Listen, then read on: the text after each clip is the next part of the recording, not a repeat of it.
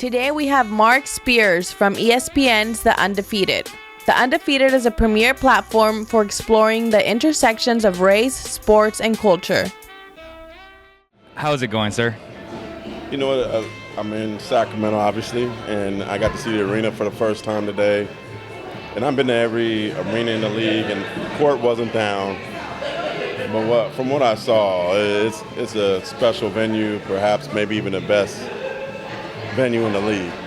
It was gorgeous. I like that they have suites and they have lofts. Where it's like a living room field. Yeah.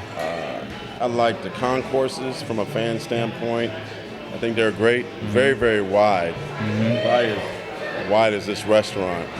In most places, they're bunched up just like it used to be. I still call it Arco. Arco, for sure. If we're going to kill the place, forever it should be Arco, not Sleep Train. Absolutely. So I'm going to call it Arco, but you're just blown away by it. It was great. I like the Jumbotron was pretty impressive.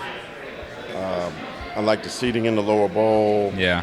The fact that they have local restaurants. Yeah. I guess within 150 miles, I learned. Yep. It's a cool place, and the nickname is Sacramento Proud. That's right. I think people from Sacramento have great reason to be very proud of it. Absolutely. Before we get into Kings basketball, some Kings talk, how has the transition been from Yahoo to ESPN, Mark? Well, first, thank Yahoo for, giving me the ability to go forward and go to this new opportunity. But it's certainly been the best job I ever had. To write about not just basketball, but social issues, culture, what's hot in society. To me, my stories have so much meaning to them now. I can make people think, not that I couldn't before, but each story is like that now, where you can kind of make people think, make people open their eyes, have fun and entertain. The ability to storytell, I really love it, and I think as great as The Undefeated has been, we have this all-star group of reporters who can write about anything, politics, music, entertainment, sports, the world. I think the best is still yet to come. So you feel like you're making a huge impact already, as opposed to when you were at Yahoo? Well, I felt like I wrote some good stories there. I hope people felt that way. Yeah. I think this job gives me the ability to make more of a social impact, community impact, cerebral impact. Not that I couldn't do that with Yahoo, but most stories written in The Undefeated are going to make you think deeply, and so it's pretty cool. So now let's move on to some Kings basketball. Right off the bat, what are your first impressions about Dave Joerger? It'll be interesting to see what he does in this role.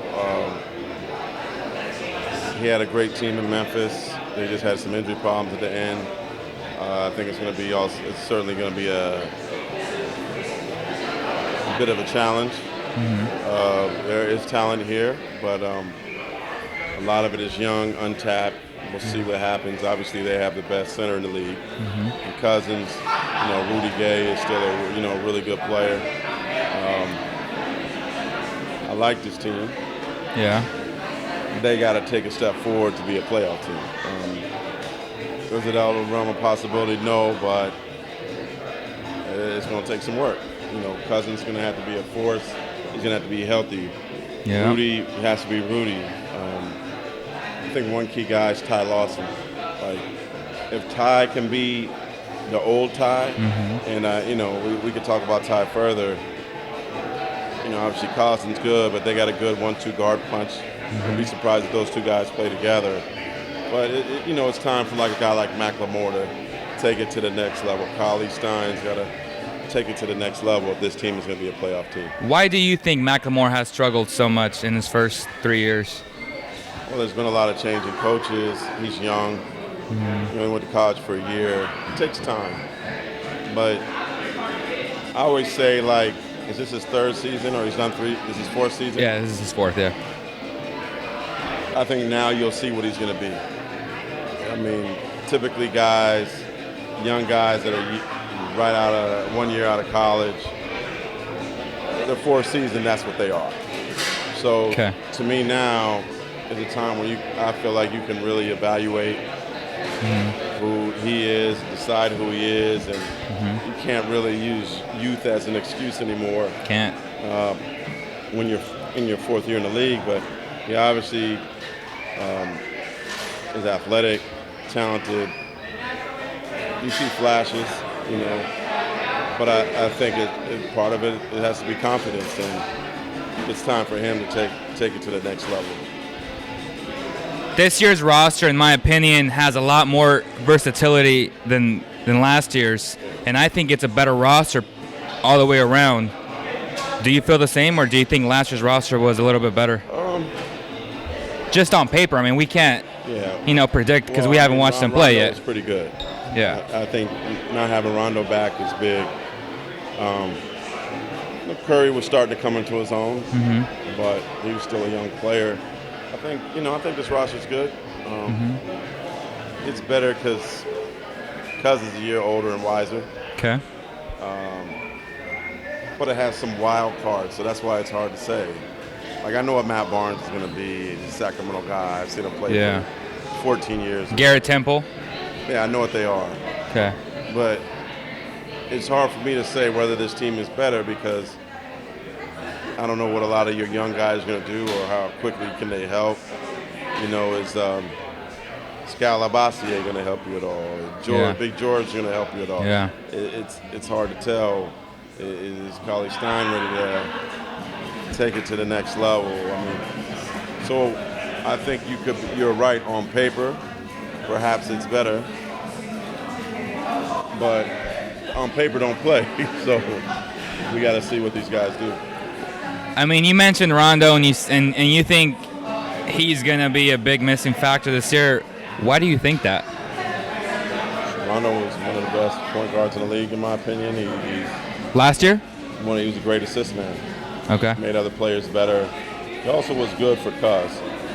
Okay. I think he kind of, got Cuz right mentally in a lot of ways behind the scenes. Okay. That's not to say that Collison's not good and Ty Lawson can be good, but I just think Rondo returned to being an elite point guard, but I don't think he has any hard feelings towards Sacramento. No. Sacramento got him a chance to revive his career and ultimately get his contract with the Bulls. So I think he'll always have love for Sacramento.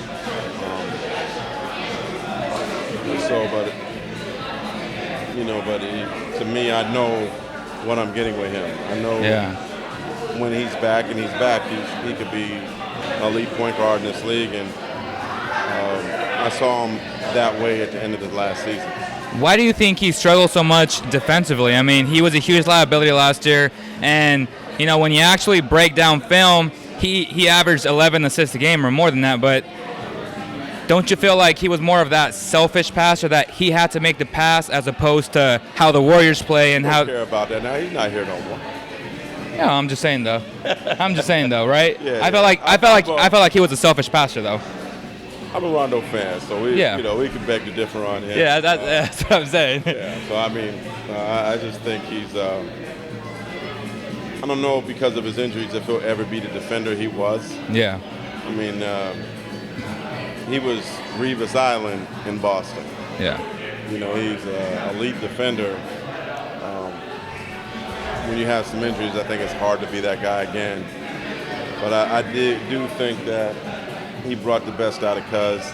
He helped Cuz take a step to the next level. I think Matt Barnes, even though people may think a certain way about Matt, because of his emotion, I think he's going to be good for Cousins this year in that role.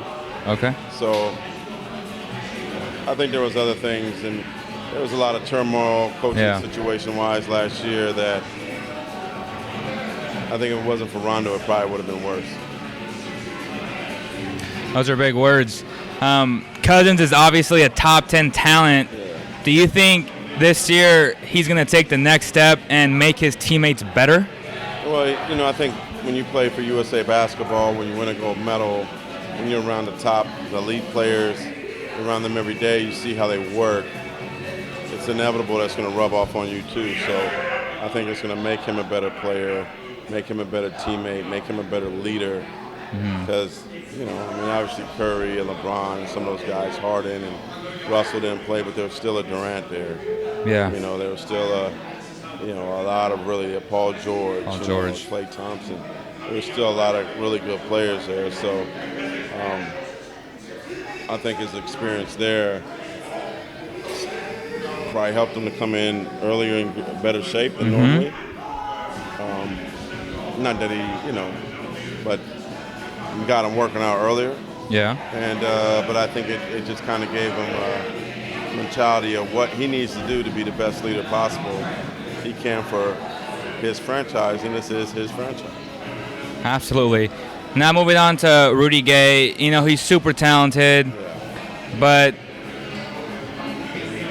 I guess what I'm trying to say is a lot of people around the league feel like every time he leaves a team, that team gets better. And this offseason, he's been very outspoken about the entire franchise and how there's been a lot of miscommunication.